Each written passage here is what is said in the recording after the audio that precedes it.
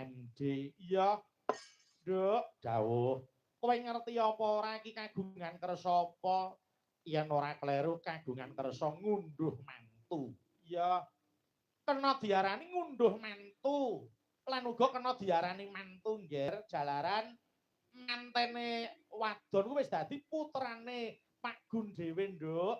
Wis winengku kaya putrane dhewe. Nggih.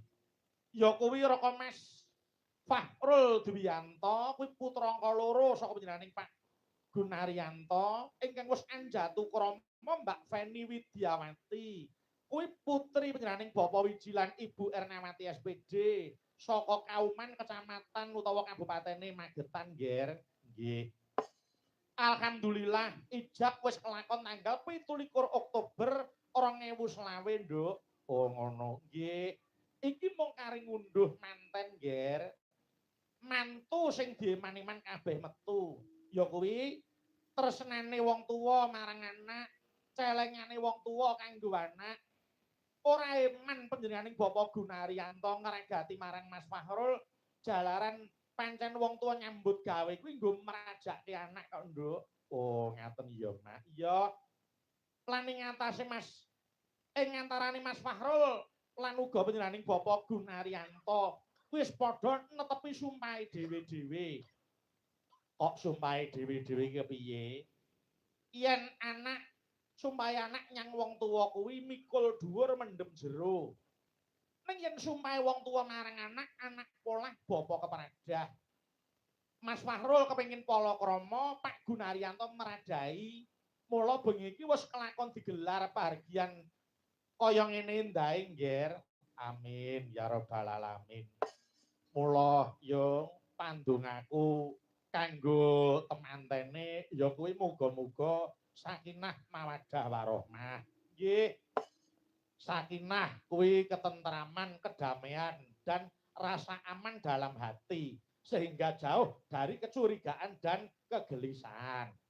Terus mawaddah ya kuwi cinta dan kasih sayang yang membara serta rasa saling memiliki yang ejawantahkan melalui perhatian dan penghargaan. Nggih, warohmah ya kuwi kasih sayang yang mendalam dan terwujud dalam menerima kekurangan pasangan, memaafkan serta adanya rezeki dan karunia Allah Subhanahu wa taala. Amin. Ya rabbal alamin, Nduk. Muga-muga pandongamu kuwi diijabahi dening Gusti Kang Nyipta Jagat. Mas Fahrul, Mbak Feni ora mung dadi bojo ning dadi ya jodoh, Nger. Apa ana bedane bojo karo jodoh? Bojo kuwi kala mangsane iso pegatan iso pisahan. Ning nek wis dadi jodoh, kuwi ora ana kang bisa misahke mung kejaba maut kok, Nduk. Amin. Ya rabbal alamin. Nger, dawuh.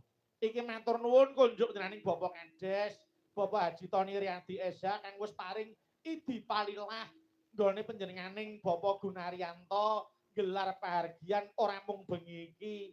Oh ngono ya. Wingi bengi orkes Melayu utawa dangdut. Oh nggih.